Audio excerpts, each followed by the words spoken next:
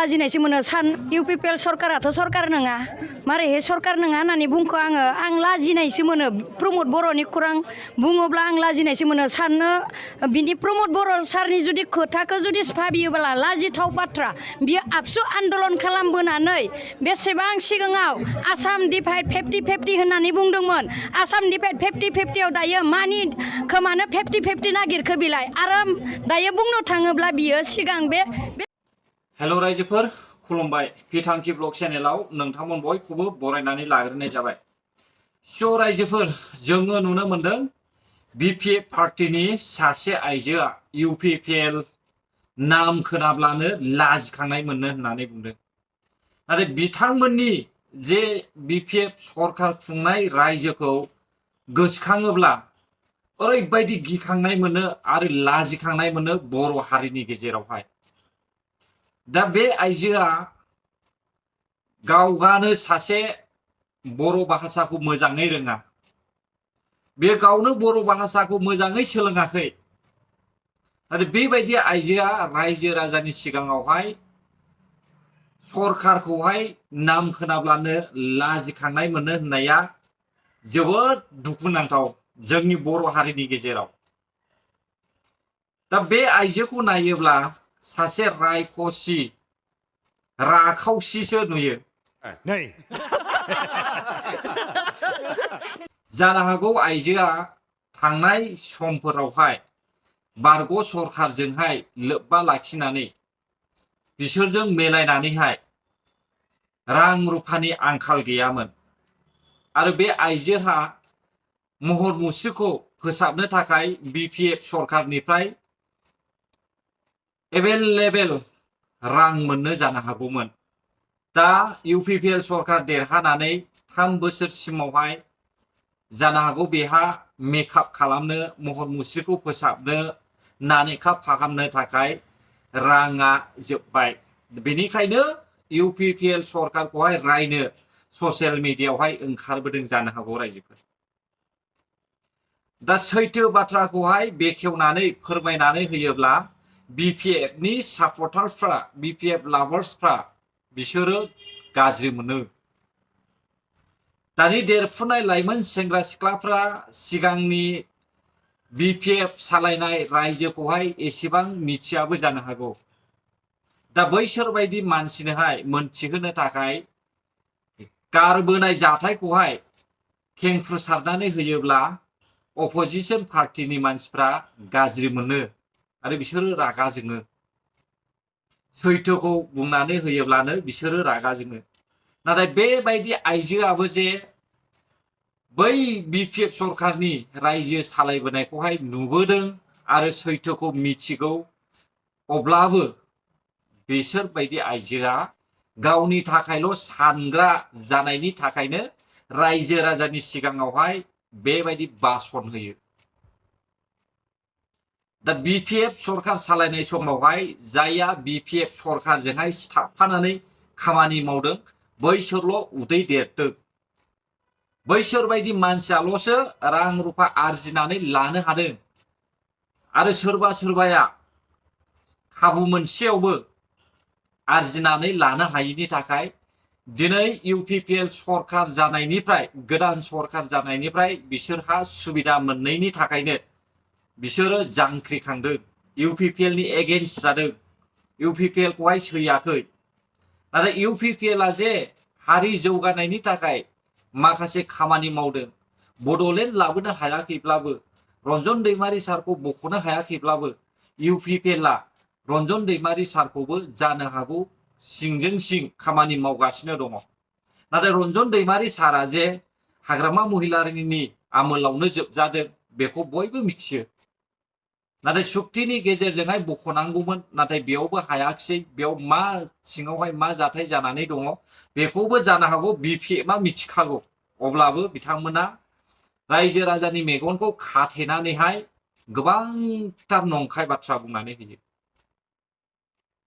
दा रायजोफोर, आं बे आइजोखौ बुंनो सानो गिबियाव बर' रावखौहाय मोजाङै सोलोंग्रो, बिनि उनावसो नोङो बर' रावजोंहाय ससियेल मिडियायावहाय भाषण होनो, बाथ्रा बुंनो ओंखार। नङाब्ला हारिया लाजिसिं सिं जायो, हारिया बदनाम मोनो। गावनिल' हास्थायनायजोंहाय माब्लाबाबो दाखा। स' रायजोफोर दानिया फैदो, जोंनि बर' हारिनि गेजेराव आसामावहाय मोनसे दुखुनांथाव खौरां ससियेल मीडियायाव जों नुदों। 12 साल 13 साल में शादी करना पड़ता है। थोड़े दिन पहले असम में हम लोग ने बाल विवाह का खिलाफ कुछ मिशन चलाया। जब हमको लगा कि ये सिचुएशन कितना सीरियस है, तो हमारा पुलिस अधिकारियों ने बोला कि असम जैसा प्रदेश में 9 साल में शादी करना और 12 साल में बच्चा पैदा करना एक वर्ग में पूरी की पूरा कॉमन है। मतलब वो कोई आश्चर्यजनक बात नहीं है, ये हो रहा है। आज आप देखिए, ये बाल विवाह हो, तलाक हो, पॉलीगेमी हो, आज एक माँ को अगर एक पिता आके माँ को बोलता है कि मैं कल और एक दूसरा शादी करने जा रहा हूं, 2 दिन बाद आके बोलता है मैं और तीसरा शादी करने जा रहा हूं, 4 दिन बाद आके बोलता है मैं और चौथा शादी करने जा रहा हूं, वो माँ का दिमाग और शरीर में क्या क्या हो सकता है, that I can not imagine as a man. Boat एक महिलाओं का मन में होता है कि भाई ये कैसा पीड़ा है। अगर 12 साल में माँ को, एक बेटी को माँ बना दिया जाता है, वो क्या एक्सप्लॉयटेशन नहीं है? एक हस्बैंड अगर सार शादियां करता है और वो कोई एक्सप्लॉयटेशन नहीं है? फिर हमने कुरान भी, मैंने 2-1 लोगों से बात करके पूछने का कोशिश किया, जो लोग जानते हैं इस्लाम का बारे में, वो लोग भी बोला कि नबी ने कभी पॉलीगेमी को एंडोर्स नहीं किया था। ये एक गलत परिभाषा है, जैसे पॉलीगेमी बन चुका है, लेकिन नबी कभी पॉलीगेमी को एंडोर्स नहीं किया है। तो इसीलिए हमें ये मानता हूं कि हमारा देश में महिलाओं का खिलाफ जो भी डिस्क्रिमिनेशन है वो तुरंत खत्म हो जाना चाहिए, और हमारा विश्वास है मोदी जी का नेतृत्व में वो काम होगा। आज 6 महीना पहले असम में मैंने 5000 लोगों को गिरफ्तार किया, ये बाल विवाह करने के लिए। अभी मैं G20 के लिए इंतजार कर रहा था, अगली 10 दिन में और 2-3 हजार पुरुष को गिरफ्तार करूंगा, ये बाल विवाह के लिए। इसलिए इसको बंद करना है। कानून बन चुका है कि ये काम नहीं होना चाहिए, लेकिन बार बार अगर ये काम होगा तो हमारा एक विशेष वर्ग का बेटी कभी आगे नहीं जा पाएगा, हमेशा वो लोग शोषण का शिकार होते ही रह जाएगा। माखासे सम सिगांबो आसामनि डक्टर हेमन्त बिश्व शर्मा सारा बायल' मेरिज, उन्दै बैसोआवहाय हाबा जानायखौहाय 5000निबो बारा हमखांखाबाय। थेवबो जानो हागौ आसामावहाय बे हमसेयावबो गियाखै जानो हागौ। आरोबाव नै 10 साननि गेजेरावनो 3000 सुबुंफोरखौ हमगोन होननानै आसामनि chief minister doctor Hemant Biswa Sharma सारा खौरांनि गेजेरजोंहाय फोसावगासिनो दङ, ससियेल मिडियायाव होगासिनो दङ। थारैनो जोंनि बर'नि गेजेरावबो बेबायदि खामानि मावग्रा मानसि दङ नामा? जुदि दङब्ला नोंथाङाबो रेडि जादो जेलनि दालि ओंख्रि जानो थाखाय। दा बे उन्दै बैसोआव जुलि जानायल' नङा रायजोफोर, बेजों लोगोसे जायहा सासेनि बारा आयेन बेरेखा हाबा खालामनानै लादों आरो सासेनि बारा हिनजाव लादों, बैसोर बायदि सुबुंखौबो हमगोन होननानै बुंदों।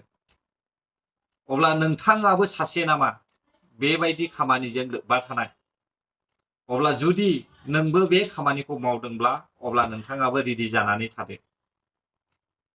नंगौ, गभर्नमेन्टआ जि डिसिजनखौ लायो बे थिगानो, नाथाय माखासे खेत्रआव गभर्नमेन्टआबो गेरेन्टिखौ मावो। नाथाय आयेन मथे जायखौहाय डिसिजन लाबाय, जि हाबाखौ थांखि लाबाय, बेखौहाय आंबो गनायदों। मानोना उन्दै बैसोआव जुलि खालामोब्ला साननो हानाय गोहोआ खम जायो। गावनि गथ' गथायखौ फोरोंनो थाखाय गोहो गैयै जायो। मेलेमा सानस'नो हायै जायो, मोनहास'आ, आरो गथ' गथायखौहाय शिक्षा होनो हायै जायो। बेनिखायनो सरकारा गासैबो बिथिङाव नायनानैहाय बे डिसिसनखौ लानायखौहाय जों नुदों। दा जोंनि बर'नि गेजेरावहाय जाफ्लेबाय थानाय जाथायखौनो जों बुंनो हायो। मानोथो गावनि गथ' गथायखौ गारनानै, फिसायखौ गारनानै गुबुन हौवाजों खारदों? जानो हागौ बैसोर बायदि सुबुङानो बे एखे खामानिखौहाय मावदों।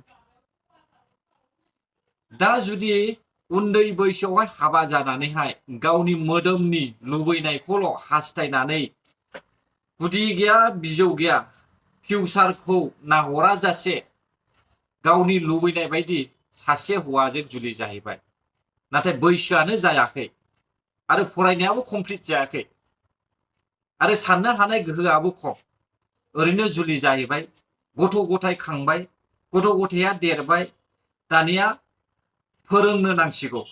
गथ' गथायफोरखौ फोरोंनो थाखाय गानहोनो जोमहोनो जाहोनो लोंहोनो रां रुफा गैला। फारसेथिं हौवायाबो साख्रि बाख्रि गैया, जेरावबो उदाया, रां रुफा खामायनो रोङा। बिसोरखौ नोजोर होनानैहाय गावनि हौवाखौहाय नायनो बानानै फिसा फिसौखौहाय नागारनानै गुबुन हौवाजोंहाय खारलांनायखौ जों नुदों। बांसिन बेबायदि जानायनि खारनानो जाहैबाय साननो हनो रोङि जायफ्रा जुलि जायो बैसोर बायदि सुबुङा बे खामानिखौ मावो। दा बैसो जाखानानै जुदि जुलि जायोब्ला बेहा साननायाबो गोथौ जायो। गावनि गथ' गथायखौहाय फोरोंनो हानायबो गियान थायो। बेनिखायनो सरकारा बायल' मेरिज, उन्दै बैसोआव जुलि जानायखौहाय होबथादो आरो होबथाथारगोन होननानैहाय बुंनायखौ जों खोनादों। स' रायजो राजा नोंथांमोनाबो मिथिखागौ उन्दै बैसोआव जुलि जायोब्ला मा जायो। दा आं इसिबां बुंनो होननानै सानला। जुदि आंनि बुंनाय रावा नोंथांमोननि थाखाय गोरोन्थि जादोंब्ला आंखौ निमाहा हो, आरो जुदि मोजां मोनदोंब्ला भिडिअखौ शेयार खालामनानै हो हाजासे, जेन' बै जायफ्रा उन्दै बैसोआवनो मोदोमनि लुबैनायखौ लानानै जुलि जानो सानदों बिथांमोन बायदिनिसिम भिडिअआ सहैनाय बायदि। गोजोन्थों भिडिअखौ नायनायनि थाखाय। बर' हारि जै जाथों, जै बर' हारिनि।